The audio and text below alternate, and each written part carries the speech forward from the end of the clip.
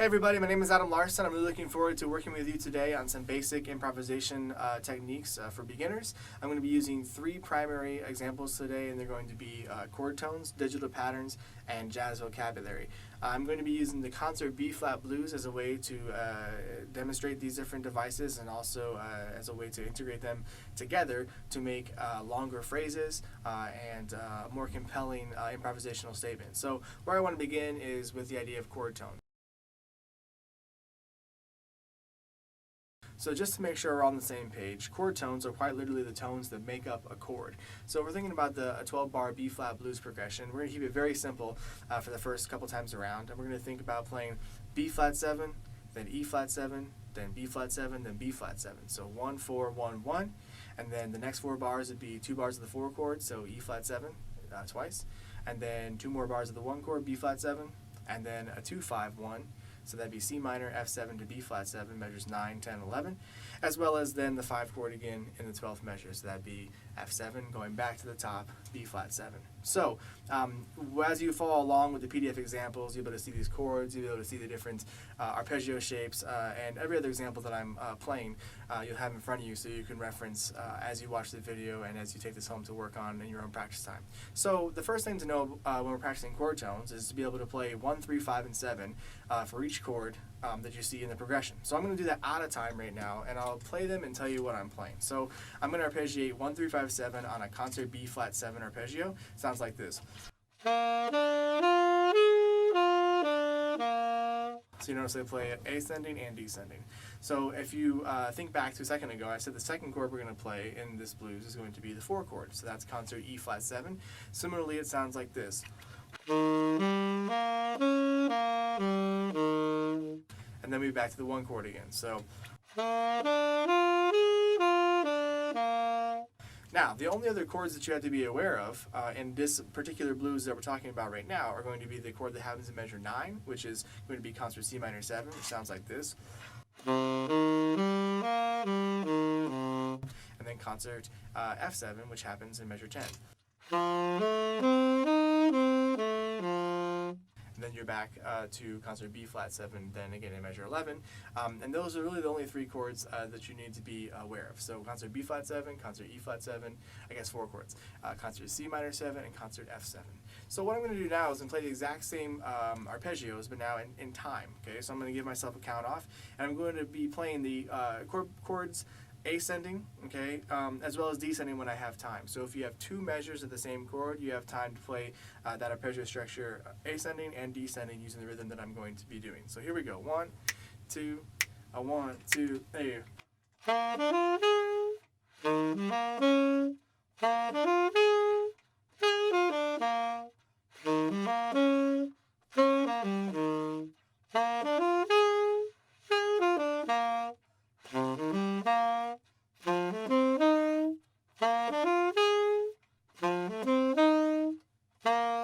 So that last note I played was the top of the chorus. Just to make sure we're all familiar with terminology, right? A chorus is 1 time through the form. The form is how long the piece of music is. So the form to the 12-bar blues is 12 measures long. So you heard me, and I was looking at the camera as I had time to go both up and down, so ascend and descend. Those were in measures 3 and 4, where I played ascending through concert B-flat 7 and then descending. Similarly, I did the same thing in measures 5 and 6 on E-flat 7, ascending, then descending. Likewise in measure 7 and 8, B-flat 7, ascending, descending, right? So this is a great way, whether it's the blues, whether it's another jazz standard, or a piece of music that you're working on in your jazz ensemble, or whatever you may be working on with chord changes, to get familiarized, or familiarize yourself rather, with the chord changes in this very basic bottom to top organization. So the chord tones that are most important, or that you have heard probably from a director maybe, in any chord, are the 3rd and the 7th. When I was younger, I just accepted it. I said, hey, great, 3rd and 7th, great chord tones. Let's unpack why that's important. The 3rd and 7th are actually really important because they determine the chord quality. right? They are the two chord tones out of 1, 3, 5, and 7 that determine the chord quality. However, 1 and 5 are also really important as well because they do this fancy word called tonicization. They make you hear the cadence from 5 to 1. So if you are not primarily a jazz musician but you listen to music, any good music you've come across has this movement of 5 to 1. And it's been around about 400 years longer, at least, than this idea of 3 and 7. So after you become familiarized with the idea of 1, 3, 5, and 7, I would encourage you to try to play just in time what I call these individual chord tone units. So 1 and 5 is a unit itself, and 3 and 7 is also a unit itself. So I would encourage you to pick a rhythm to beholden yourself to so that you don't have to think so much about how to play these notes. So let's just suggest we go dotted quarter to eighth, okay, and we're going to use the roots and the fifths. So if I just use that rhythm on each of these chords in time on this B-flat blues progression, it's like this. 1, 2, 1,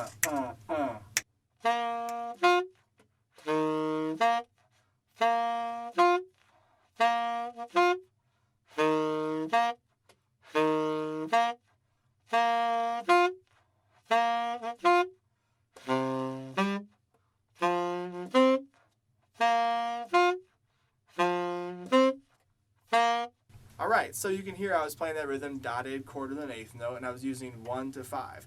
As you go through this, and I'll do this as more of a larger example here in a second, but think about the direction of how you play these notes, right? You could have gone 5, 1, 5, 1. Okay, that's another way of using the same information through a different perspective that it gives us more to make a longer statement using the same kind of information just in different ways. Okay, so check this out. Let's do the same thing now with thirds and sevenths. So 1 and 2 and. So dotted quarter, eighth note, but now thirds and sevenths are on the same progression. 1, 2, 3.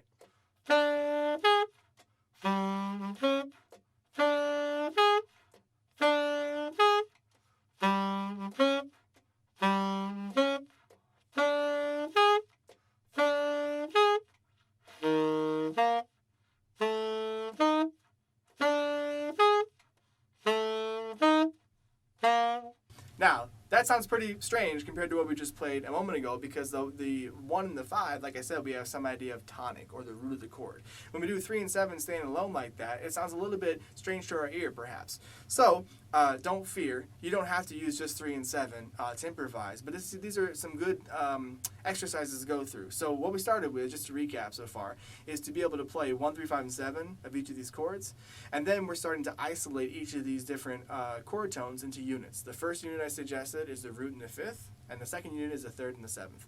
So I want to play for you now an example chorus of playing just one chorus of improvisation using only chord tones 1, 3, 5, and 7, but not in the order that we started with, which is just 1, 3, 5, 7, 1, 3, 5, 7. Although that's a great practice exercise and technique, nobody in the history of jazz, so far as I know, has ever improvised just going 1, 3, 5, 7, 1, 3, 5, 7, because that's not really it's not really improvisation so much as it is an exercise. However, what I'm about to play are only 1, 3, 5, and 7. Okay, to each of these chords, just play with a different perspective and a little bit more imagination. Here we go. 1, 2, 3.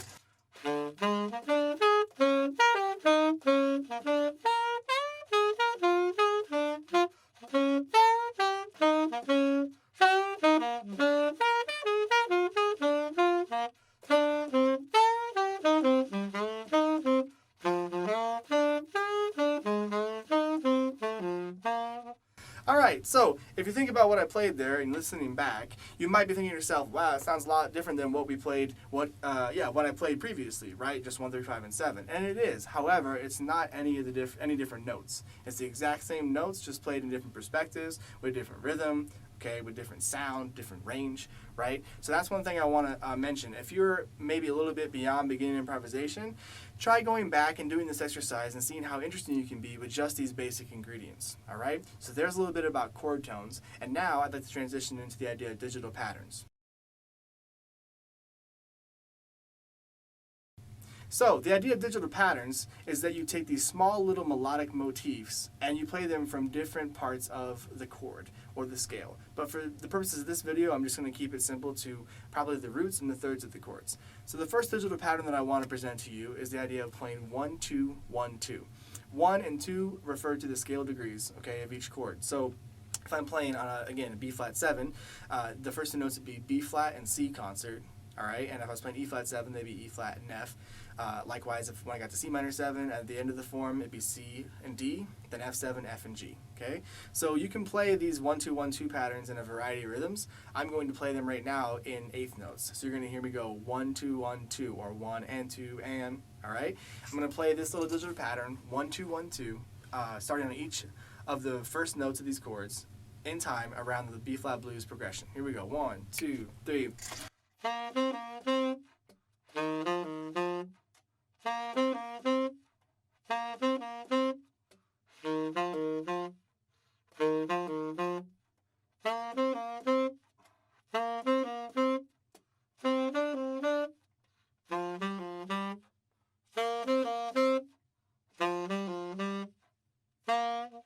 Alright, so nothing to it, right? 1 and 2 and. Now, the next digital pattern that I would like to introduce to you is a little bit trickier. 1, 2, 3, back to 1. So 1, 2, 3, 1. 1, 2, 3, 1. And you'll notice that, you know, so far through this instructional video, sometimes I'll take a moment to just sing what I'm about to play. That's a big reoccurring theme in jazz education, is that we should be able to sing what we play. And that's not 100% true when playing something super fast or tricky, but at the same time, the more we can connect our ears to our instrument, to our fingers, the better chance we have of making coherent, logical statements when we improvise. So, again, I'm going to play now 1, 2, 3, 1 in the same fashion I just did the previous digital pattern 1, 2, 1, 2. So around the B flat blues, 1, 2, 3, 1. Here we go. 1, 2, 3.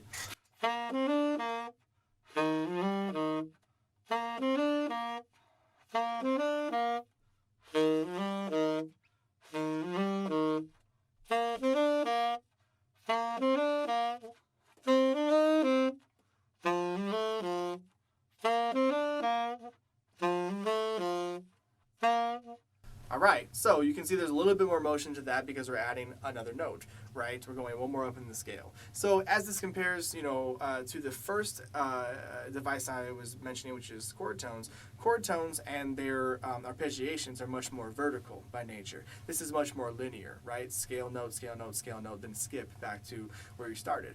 So the last digital pattern I want to present to you before I show you an example of how to use them in tandem together on a solo chorus is 1, 2, 3, 4, 5. So up the first right notes of the chord, then skip to 3, then 2, then 1. So 1, 2, 3, 4, 5, 3, 2, 1. Sounds like this. 1, 2, 3.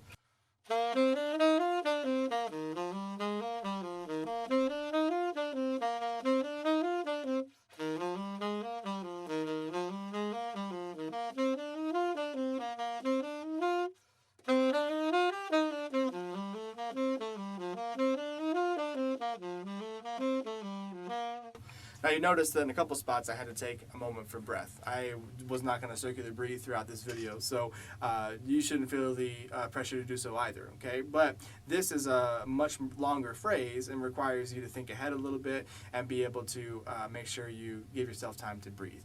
All right, so to review, the three digital patterns that we've talked about so far are 1, 2, 1, 2, 1, 2, 3, 1, 1, 2, 3, 4, 5, 3, 2, 1. Okay, you can all do this. I'm very confident over this form, and you know, if there's one that trips you up, then maybe don't worry about that one for now and just focus on 1, 2, 1, 2, or maybe just 1, 2, 3, 1. The cool thing about these digital patterns is that you can move them to other parts of the chord. So for instance, if I played 1, 2, 3, 1, but I started on the third of each of these chords, then the pattern becomes 3, 4, 5, back to 3. Okay, so the exact same phrase shape, but now transposed to a different part of the chord itself. So if I did this on B flat 7, for instance, concert, we'd be starting on concert D natural, then playing, so that's 3, then playing E flat 4, then F 5, then back to 3, D. So D, E flat, F, back to D. That sounds like this. All right, so similarly on E flat 7, it'd be G, A flat, B flat, back to G, concert pitches. So if I did this around the entire 12 bars, it sounds like this. 1, 2, 3.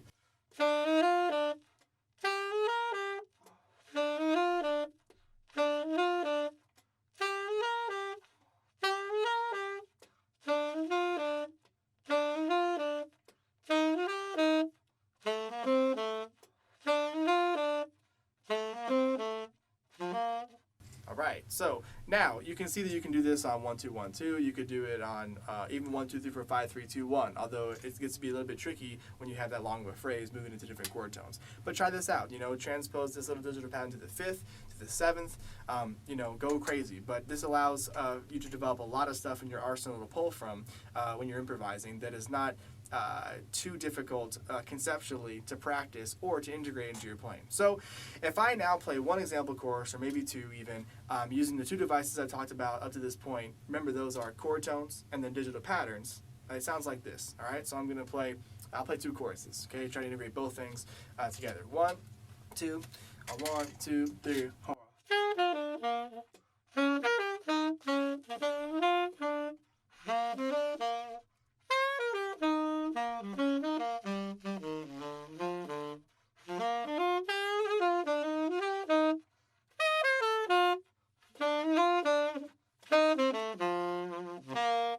Right, so you can hear in that little example a couple of choruses there that I use those two things. I used arpeggio shapes that were ascending and descending. I also used chord tones that were not in the exact order of 1 3 5 and 7, and I also used digital patterns.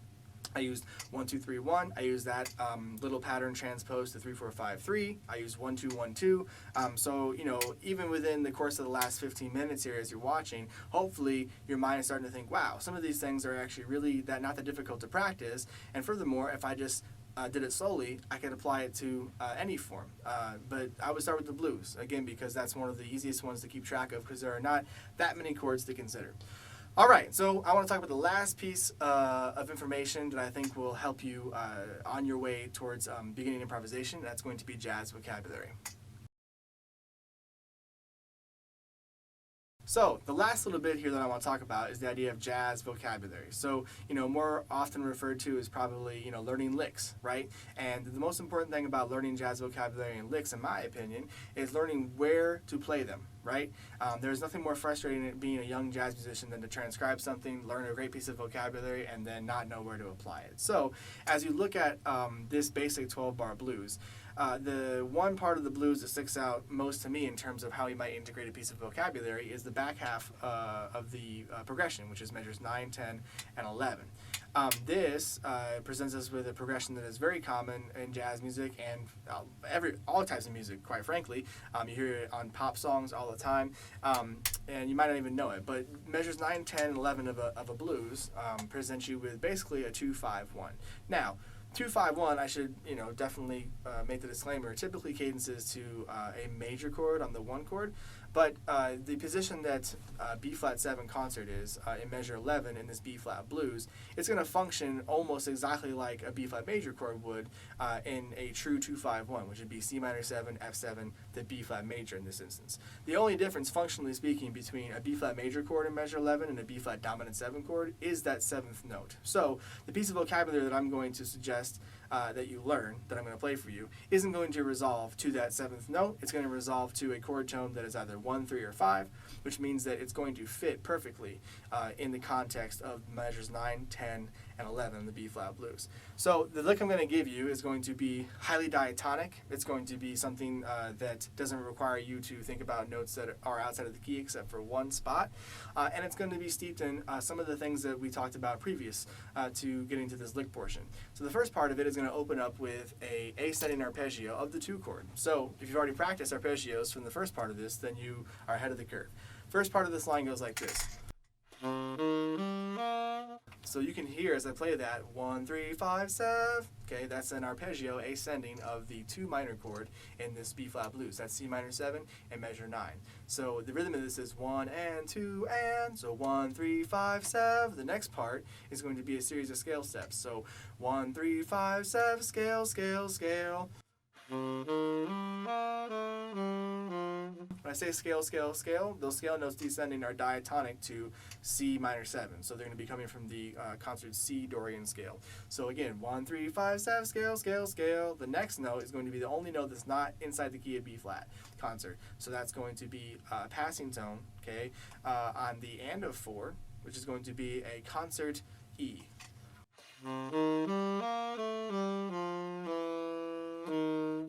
Passing tone because it's passing between concert F, okay, and concert E flat. So 1, 3, 5, 7, scale, scale, scale, chromatic scale. From there, so that's scale, scale, skip, skip, scale, skip, scale, scale.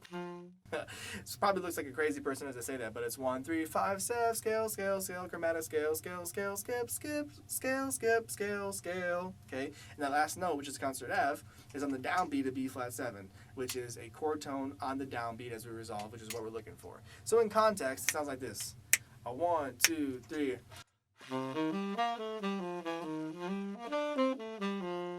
Okay, so that happens in measures 9, 10, and 11 of the B-flat blues. So I'm going to play a 3-chorus solo now, and I'm going to use all 3 devices that I talked about so far in this video. Okay, and those are, again, chord tones, digital patterns, and now jazz vocabulary. What I would encourage you to do is learn this piece of vocabulary in this key so you can play on the B-flat blues, but learn it in all 12 keys so that when you see this progression of 2-5-1, which occurs in almost every jazz standard, you can have at least one piece of solid information that you can plug and chug, right? Plug it in and chug along and use that sounds good. So here's 3 choruses, again, using all the different devices that we talked about so far today. 1, 2, 3.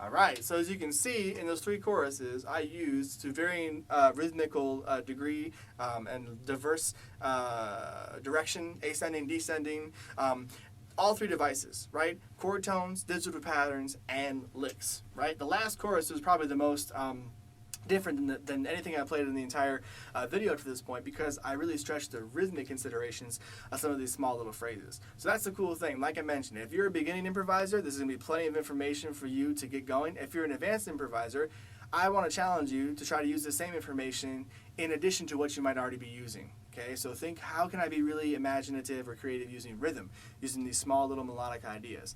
I guarantee that it's going to make you a deeper musician and going to challenge you on your instrument. So I thank you for allowing me to take time to talk to you about something that I'm really passionate about. I hope these devices and examples get you well on your way, and happy practicing. Thank you.